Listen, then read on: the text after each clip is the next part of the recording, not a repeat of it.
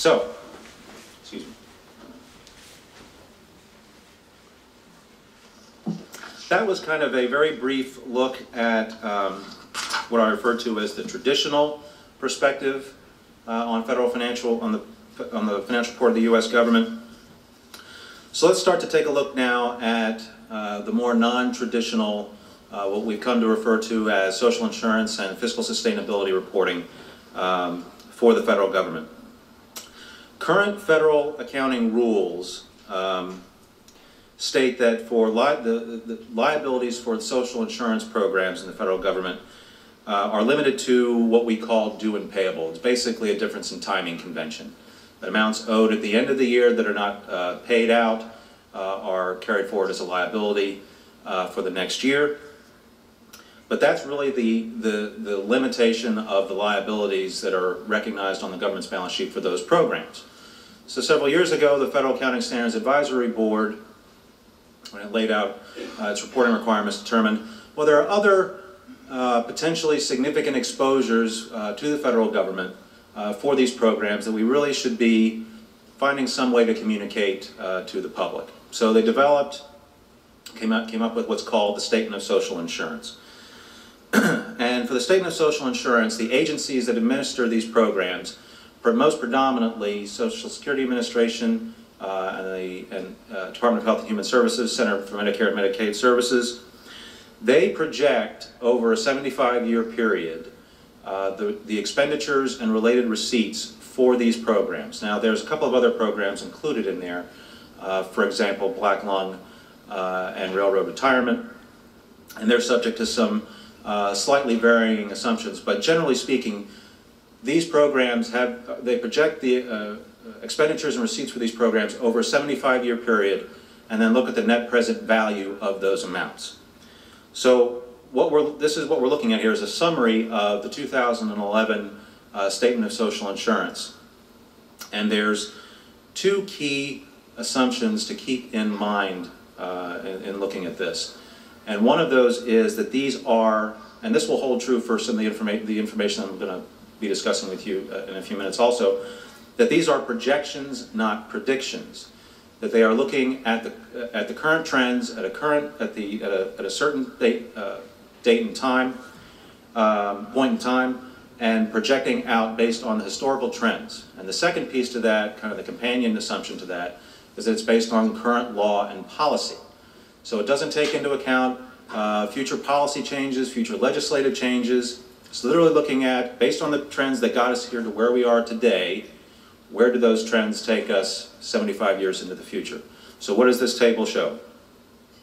It shows that the net present value of expenditures for the social insurance programs in the federal government are estimated to exceed the present value of the receipts for those programs by $34 trillion. That's trillion with a T, compared to 31 trillion projections in 2010. That's basically the bottom line of what we're showing there. And again, the important assumption to remember, projections, not predictions, based on current law and policy. So, with that as kind of a baseline,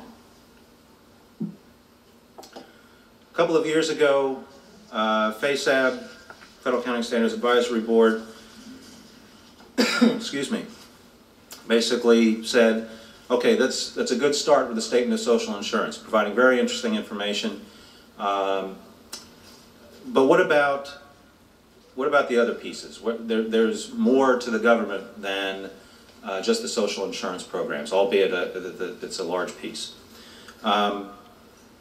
So what about the other revenues and spending? What about the impact on the debt? And what about an issue called fiscal gap? So FASAB issued a standard a couple of years ago that required that agencies and the government as a whole take a look from that perspective, of that wider lens.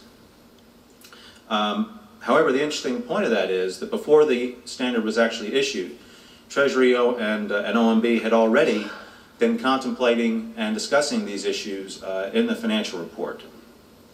So, another important item to keep in mind here as we move into the next three slides The projections in the following charts that you'll see, following three charts, are prepared by the Office of Management and Budget.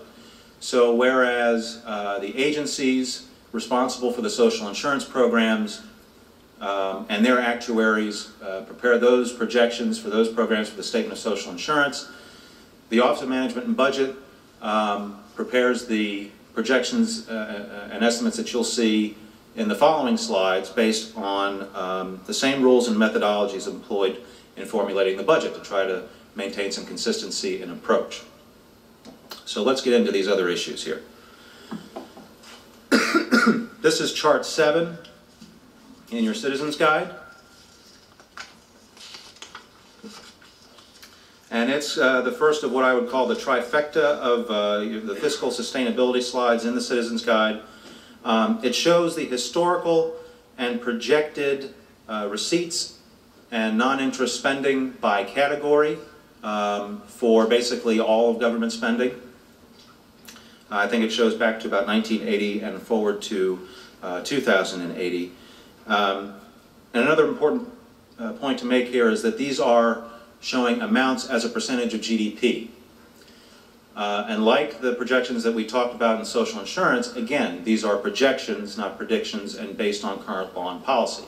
So basically all we're doing is taking current trends and extrapolating them forward. So the important kind of implication of the fact that these are as a percent of GDP is that these amounts and projections could change year to year based not only on policy changes, be they revenue, spending, or some combination of both, but also changes in the economy could also have an impact on these amounts as well. So kind of the point, however, to take from this first chart, as you can see, is that the projected receipts as a percent of GDP can pretty much consistently come in under the total amounts for government spending, according to these projections. So that's the first of the slides. Let's take that. One thing I meant to mention, actually, the important piece of this, at least in terms of looking at the spending, is that this is non-interest spending.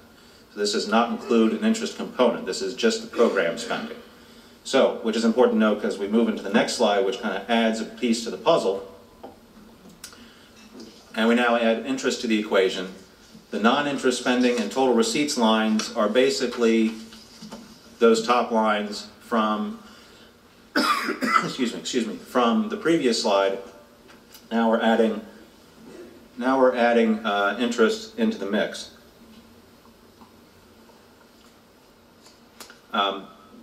So that's kind of the first, these are your first two of the three sustainability charts.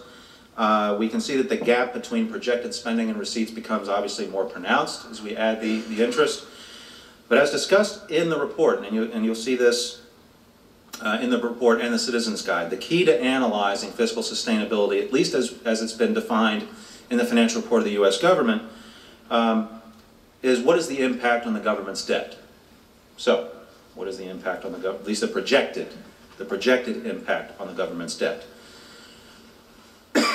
And that's what this chart shows. This is chart 8 in your guide, and you can see the trends here.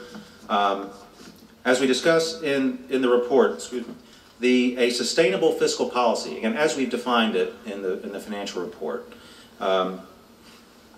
a sustainable fiscal policy or condition is one where the rate of debt to GDP is stable in the long run. And I think you can probably draw a conclusion, at least from this chart, that the projection of debt to GDP under these assumptions is somewhat less than stable. So there's two key messages to take away from this and the previous two charts. And I think it's important to note here that we make these messages pretty clear in the Citizens Guide, in both the Citizens Guide and the financial report of the U.S. government as a whole, that the government's fiscal path, as illustrated in these charts, is unsustainable. And we say that in black and white in the report and the guide. However, to couple with that, the second important message to take from this that we talk about in the documents is that the sooner policy changes are put in place to avert these trends, the smaller the increase in revenues or decrease in spending or some combination of both will be necessary, that i.e. the less dramatic the changes will need to be to bring the nation's fiscal path back into a sustainable state. And we make that fairly clear in both the report and the guide itself. And again, I know that it borders on the repetitive, but it's important to note, very important to note, that all the information that you've seen to this point, these projections, these three charts and the table before it, again, they're projections, not predictions. And they're based only on current law and policy. They don't anticipate policy or legal changes. They're there to send a message that these are the trends that are possible, not even possible. These are the trends that are presented based on where we have come today. And this is the baseline that folks need to be considering as they consider policy changes moving forward.